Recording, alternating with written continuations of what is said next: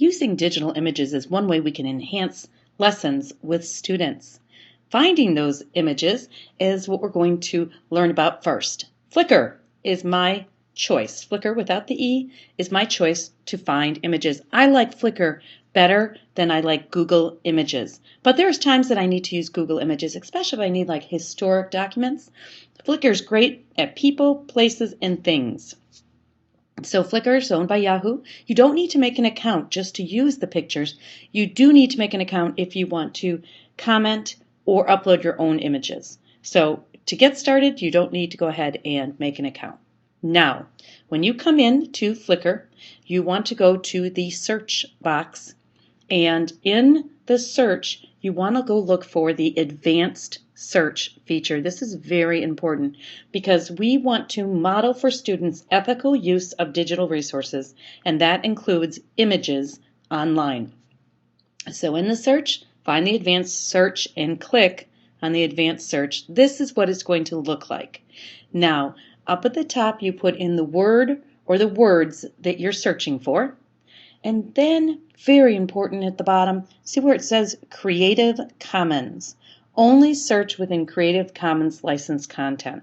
In a very layman's term, that means as a person uploaded the image, they said put it under Creative Commons, that you can use it for your projects, do what you want with the image, just don't resell it and make money. That's really kind of now, if the lawyer was here, go into a lot more detail. But that's really kind of the essence of the Creative Commons. We need to model this for students, and we need to make sure students are using images that are licensed under Creative Commons. There's nothing worse than they make an entire presentation and right in the middle of their image there's a big water spot that says, iStock photo or something like that. By clicking here, we are going to eliminate the ones that are copyrighted only. And I did a search. Never, ever, ever, ever search while connected to a projector in front of students. I will tell you, this search, I put in school one day and everything's fine, and the next day an image appears that you don't want to be seen. I cannot stress that enough. So I put in abandoned school, and here are some of them. Here's what I get, and the pages go on and on and on. But you can see right up at the top in the middle showing things that are licensed under Creative Commons. So I'm good. But these are called thumbnails. Never ever save these. You need to go pick out which one you want and click on it to make the image larger. Okay. Now, a lot of people are used to taking their mouse, right-clicking on the image, and then saving. That doesn't always work on Flickr because they have a way in Flickr that you can actually comment.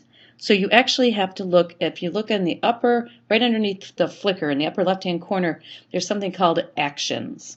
And that's what we need to click on. You click on Actions, and then you want to select View All Sizes.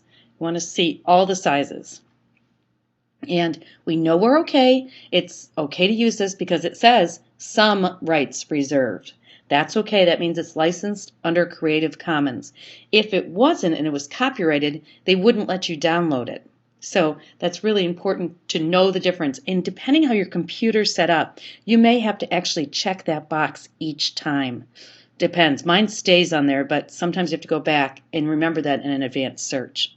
So I always download the largest size of the photo, and then I could always make it smaller. But if you download the small, you try to make it big and fill up your whole screen, and it gets all pixelated. So take the bigger one. We can always go smaller. All right. Then what happens? Look at that name. It's all numbers, combination of letters.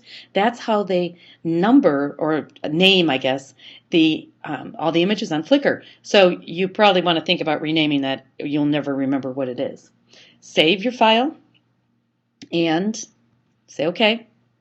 And again, here's Google Images. Google Images, look over to the right, it has its own advanced image search. And so you want to make sure you can go ahead and say Creative Commons. The big difference between Flickr and Google images. Google Images is actually is organized by a piece of software that crawls through the internet looking for different images. Flickr, the people when they uploaded their images, they tagged and put the labels on the image. I think that's why you find better, closer matching ones on Flickr than I seem to find on Google Images. More seems to get through on Google Images, you know, the things that you don't want to see. All right, here's the advanced search on Google. There's a lot of features. There's even more, I bet. And you can go and find exactly what you're looking for. The key after the top five, the next one to look at is usage rights. Return images that are, and then you select what you want. You can even select images that are appropriate to be used commercially if you want to. So you want to go ahead and make sure that you look for that. Oh, there it is, labeled for reuse, commercial use, reuse with modification, and the best one is labeled for commercial reuse with modification. Make sure you show your students this. It's not okay to say, so where did you get your picture? Oh, I found it on the internet. They should be citing where they get their images from. Okay, now this is Google, and obviously put in abandoned school and I get different things, but I also got 6,570 results. So again, I do go to Google Images if I need historical documents, historical images, things like that, because where Flickr is better for the contemporary people, places, and things. Here you can right click and then save the image as, or whatever you'd like to do with that image. Again, any size, anything you want. So you can really narrow your search and get what, oh, got one labeled for reuse with modification, and it comes up to that same school. Image Chef. This is a fun site not to be used with students, unfortunately. I wish they would make an EDU side of it. What it does is it gives you templates, and then you put your words in there, and then it can create a graphic. So let's say you weren't working with vocabulary words, and it was during February. You could go ahead and put all your vocabulary words on candy hearts, and just save the images, and you could go ahead and put those into a PowerPoint presentation on your interactive whiteboard. It's just a fun way to work with words. But they added some images in here, virtual tattoos, things like that, that just aren't quite appropriate for all students. So this is a great one. If you want to make up some pictures with your specific words, this is a great place to go, imagechef.com. Now, Picasa is Google's digital image manager, and it is really an amazing tool. Free, of course we love free, theme that runs through many of my things. And you can create your own albums, or you can also create web albums if you want to. This is wow for me. What it is it can go through all of your images, and then it also has face recognition. It can recognize the people in all your pictures, and then it asks you a question, is this so-and-so? And you just check, yes, that's so-and-so, yes, that's so-and-so.